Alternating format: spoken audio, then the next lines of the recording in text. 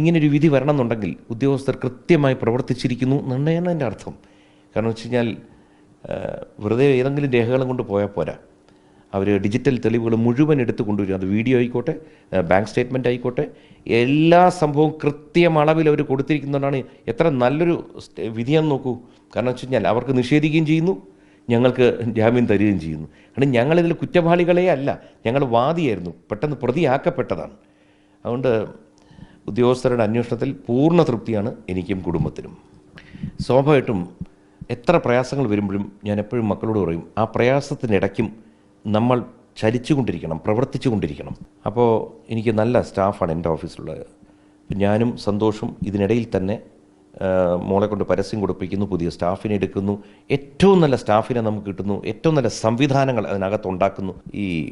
നമുക്ക് മോഷണം തടയാൻ ഒരു പരിധി വരെ നമുക്ക് പറ്റത്തുള്ളൂ. ഈ എറ്റേണൽ വിജിലൻസ് എന്നൊക്കെ പറയും. എപ്പോഴും കാരണം നമ്മളൊരു സംവിധാനം കൊണ്ടുവരുമ്പോൾ അതിനെ മറികടന്ന് പൈസ എടുക്കാൻ, അല്ലെങ്കിൽ ഏത് കാര്യവും അങ്ങനെയാണ്, യുദ്ധം പോലെയാണ്. അപ്പം നമ്മൾ എക്കാലവും നമ്മൾ അലേർട്ടായിരിക്കുക.